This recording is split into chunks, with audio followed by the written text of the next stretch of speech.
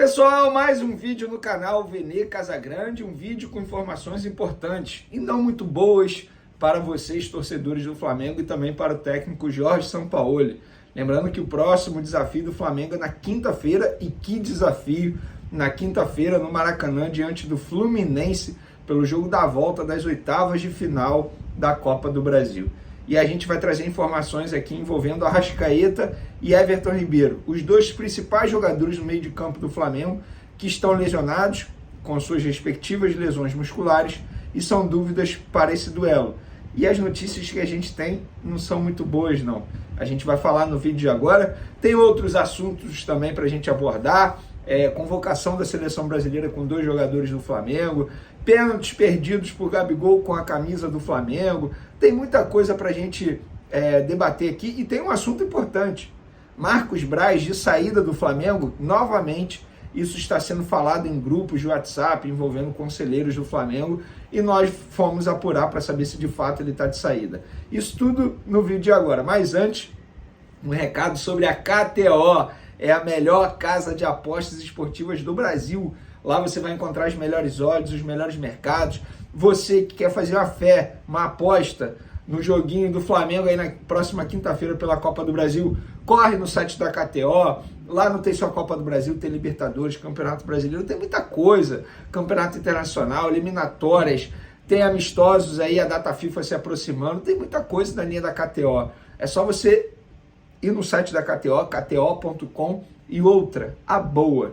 Utilizando o código VENE, você terá direito a bônus.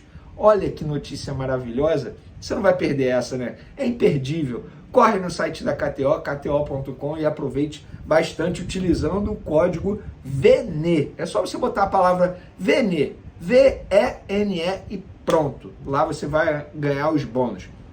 Vamos para as informações. É o seguinte, galera, começar aí pelos convocados do Flamengo.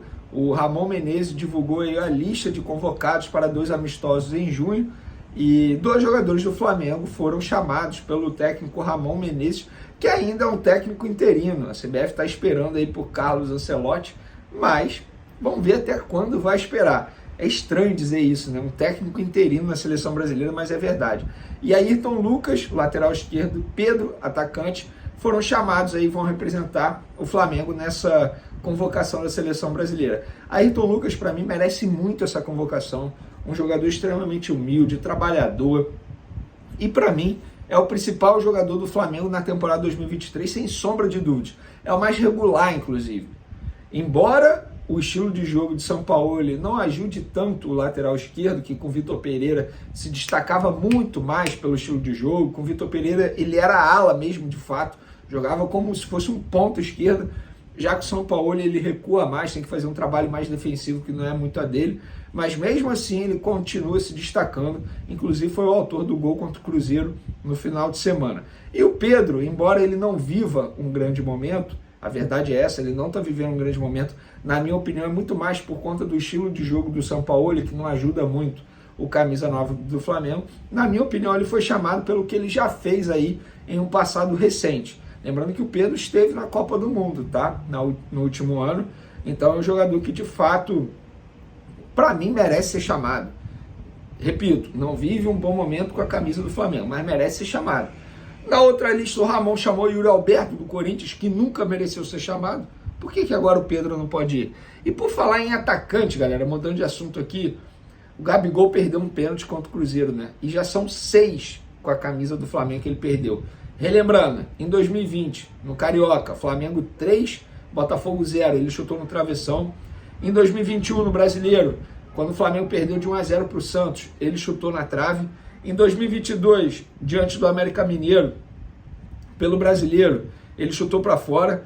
Em 2022 também, diante do Bragantino, ele chutou na trave.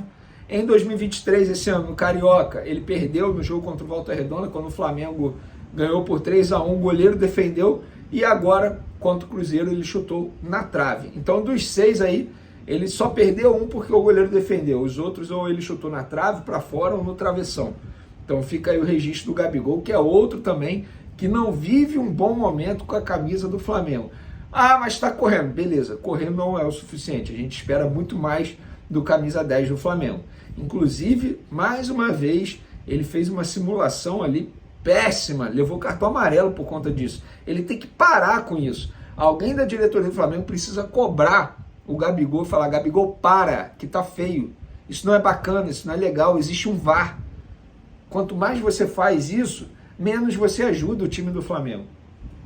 E outra, se a diretoria não faz, algum outro jogador tem que fazer, nem que seja o Fabrício Bruno, que deu uma declaração muito forte aí, a gente já falou sobre isso na live de ontem. Para mim, o Fabrício Bruno está se tornando aí o capitão sem a faixa, né? Porque é só ele que bota a cara na frente das câmeras, dá duras declarações, critica mesmo quando tem que criticar. Então fica aí meus parabéns ao Fabrício Bruno por conta da declaração dele. Para quem não sabe, eu posso ler aqui o que ele falou. Para quem não sabe, eu vou ler, só para contextualizar toda essa história aí envolvendo o Fabrício Bruno. Ele falou: a gente não pode jogar aquele Fla-Flu, que foi um bom jogo do Flamengo, e fazer esses 3 jogos de MP. Tivemos um ritmo no primeiro tempo e depois caiu. É pedir perdão ao torcedor que deixa de comer para vir ao Maracanã. Perdão, disse o Fabrício Bruno, e eu tô com ele nessa. E por falar em declaração, Sampaoli, que bola fora do Sampaoli, hein? O Thiago Maia, para quem não viu o jogo, ele foi vaiado quando foi substituído ali no segundo tempo. Os torcedores do Flamengo, mais de 65 mil pessoas presentes no Maracanã, vaiaram o camisa 8 do Flamengo. E o Sampaoli saiu em defesa do Thiago Maia, dizendo que ele não pode ser vaiado, porque olha o que o Sampaoli disse: Thiago Maia é um jogador que nos dá muito sacrifício, muita entrega e luta muito. Eu considero um pouco injusto as vaias para um jogador que, para mim, deixa tudo dentro de campo. Calma aí, Sampaoli. Quer passar pano? Fala que o torcedor é soberano, que o torcedor pode tudo, que o torcedor paga ingresso, pode vaiar, não tem problema. Agora, sair em defesa de um jogador que não está jogando absolutamente nada, para mim é um absurdo, Sampaoli. Nessa, você mandou mal. Thiago Maia merece sim ser vaiado. Inclusive, o Thiago Maia merece ser tirado do time titular. Atitude essa que você deveria tomar, Sampaoli. Mas, pelo visto, não vai tomar, porque está defendendo o Thiago Maia. Vamos lá para fim da 8ª rodada do Campeonato Brasileiro. Acabou de acabar o jogo do Botafogo. Botafogo é o líder com 21 pontos. Flamengo está na 7ª colocação com 13 pontos. Fluminense na cola do Flamengo ali na 8ª posição também com 13 pontos. E o Vasco na zona de rebaixamento na 18ª colocação com apenas 6 pontos ganhos em 8 jogos. A fase do Vasco é terrível. Você, torcedor do Flamengo que está triste, olha para a fase do Vasco aí, que só joga o Campeonato Brasileiro. Inclusive, o Vasco é o próximo rival do Flamengo no Campeonato Brasileiro. Jogo marcado para o dia 5 de junho, uma segunda-feira. Sem ser essa segunda, o famoso amanhã, eu estou gravando o vídeo no domingo, a outra segunda-feira. O Vasco terá a semana inteira livre para trabalhar e se preparar, e o Flamengo tem essa decisão na quinta-feira diante do Fluminense. Assunto principal, por falar nesse jogo contra o Fluminense, vamos lá. Preste atenção. É visível que o Flamengo cai muito de produção quando a Arrascaeta ou Everton Ribeiro não estão em campo. Quando perde um, já cai muito. Agora, quando perde os dois, contra o Cruzeiro foi isso. Não tem um jogador para armar as jogadas. Até porque o Sampaoli, quando não tem os dois, não coloca nenhum armador. Poderia ter colocado o Vitor Hugo. Mas o Arrascaeta e o Everton Ribeiro estão se recuperando de problemas físicos. Inclusive, hoje, domingo, folga do elenco, o Arrascaeta postou uma foto nos stories do Instagram, mostrando que foi ao Ninho do Urubu para dar continuidade ao tratamento da lesão muscular. Já adianto logo, o Everton Ribeiro tem chances remotas de jogar na quinta-feira. É um jogador que tem apenas aí 3 dias para se recuperar, sendo que ele nem trabalhou no campo ainda, nem fez o processo de transição ainda. Muito difícil ver o camisa 7 do Flamengo contra o Fluminense na quinta-feira. E mesmo que fique à disposição, não estará 100% e dificilmente começará a partida. Agora tem a boa notícia. O Arrascaeta tem chances sim de ser relacionado. Eu ainda vou falar do Marcos Braz no vídeo agora, tá? Se ele tá de saída ou não do Flamengo. O Arrascaeta tem chances sim de ser relacionado. E lembrando que o Arrascaeta viajou para o Chile, porque tinha chance de jogar contra o Nublense, mas acabou ficando fora da lista de relacionados, porque ainda incomodava o local ali que ele tem um problema muscular.